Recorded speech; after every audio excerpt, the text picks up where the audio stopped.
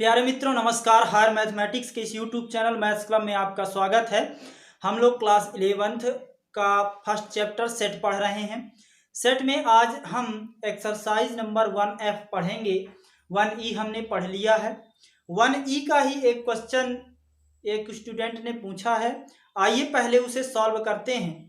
देखिए क्वेश्चन है B is the subset of A if and only if A union B equal to ए।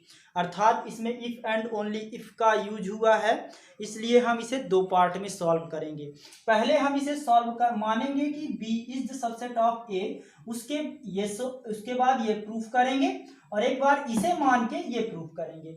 इस सवाल को solve करने से पहले हम कुछ रिजल्ट ध्यान में रखते हैं। सबसे पहला रिजल्ट है, यदि मान लीजिए ए बी का सबसेट है तो इसकी डेफिनीशन होती है, यदि x a में बिलोंग कर रहा है दिस इंप्लाइज दैट x को b में भी बिलोंग करना होगा। यदि a b का सबसेट है, मान लीजिए कोई सेट यदि a और b आपस में बराबर हैं तो उसके लिए कंडीशन ये होती है कि a b का सबसेट होगा और b भी a का सबसेट होगा। इसके बाद आपको यह भी पता होना चाहिए कि a यूनियन बी की डेफिनीशन क्या है।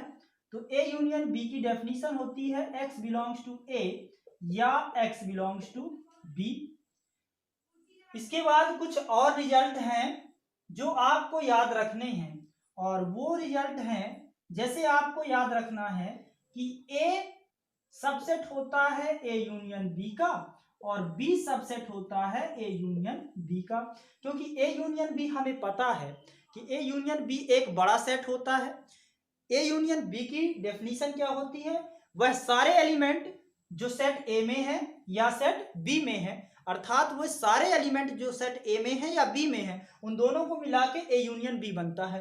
तो जो सेट ए होगा वो ए यूनियन बी का सबसेट होगा, क्योंकि सेट ए के सारे एलिमेंट तो ए यूनियन बी में है, सेट बी के भी सारे एलिमेंट ए यूनियन बी में है, इसलिए ए भी ए यूनियन बी का सबसेट होगा और बी भी ए यूनियन बी का सबसेट होगा। ये सारी चीजें हमारे दिमाग में हमेशा रहनी चाहिए, तब हम इस प्रकार के क्वेश्चनों को सॉल्व कर पाएंगे। आइए देखते हैं। पहले मानते हैं कि माना B is the subset of A, B A का सबसेट है। इसके बाद और X एक ऐसा एलिमेंट है A यूनियन B का स्वेच्छ एलिमेंट है। अब यदि x A यूनियन B में बिलोंग करता है तो x A में भी बिलोंग करेगा या x B में बिलोंग करेगा। अब आपको पता है यदि x A यूनियन, चूंकि B A का सबसेट है, अर्थात जितने भी सारे एलिमेंट B के हैं वह सेट A के अंदर हैं। यदि x B में बिलोंग कर रहा है, इसका अर्थ यह है कि x A में ही बिलोंग कर रहा है। क्यों? चूंकि आप लिखेंगे B is the subset of A।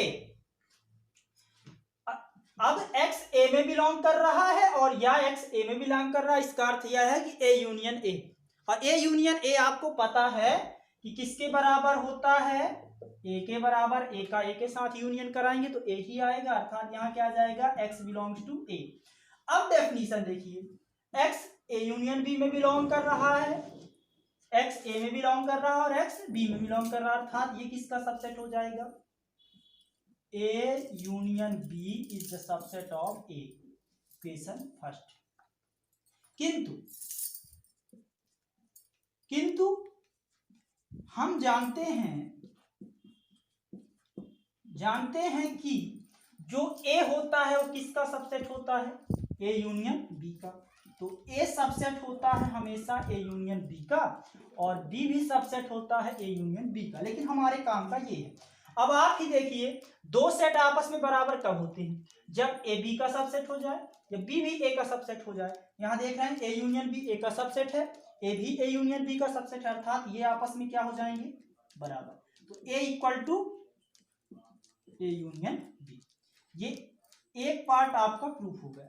इसके बाद आप विलोम पार्ट करते हैं, आप इसे जब तक नोट कर लीजिए। आइए विलोम पार्ट देखते हैं। बिलोंग पार्ट में जो हम पहले प्रूफ कर चुके हैं उसको मान लेते हैं। तो आप ए यूनियन बी को ए के बराबर मान लेंगे, माना ए यूनियन बी जो है हमारा वो ए के बराबर है। अब ये रिजल्ट आपके काम के हैं। ए किसका सबसेट होता है, ए यूनियन बी का, बी किसका सबसेट होता है, ए यूनियन बी का। इसका यूज हम कर चुके, अब इसका यूज भी करके देखते हैं। यहां लिखेंगे चूंकि जो बी होता है वह सबसेट होता है ए यूनियन बी का, इसको इक्वेशन फर्स्ट, इसको सेकंड दे दीजिए, या इसको थर्ड दे दीजिए, इसको फोर्थ दे दीजिए, फर्स्ट सेकंड हम मान चुके हैं। अब समीकरण 1 एवं समीकरण 3 एवं समीकरण 4 से आप देखते हैं कि बी किसका सबसेट है, ए यूनियन बी का, और ए यूनियन बी किसके बराबर है, ए के। तो बी की ए यूनियन बी की जगह क्या लिखा जा सकता है, ए। बस यही सिद्ध करना था।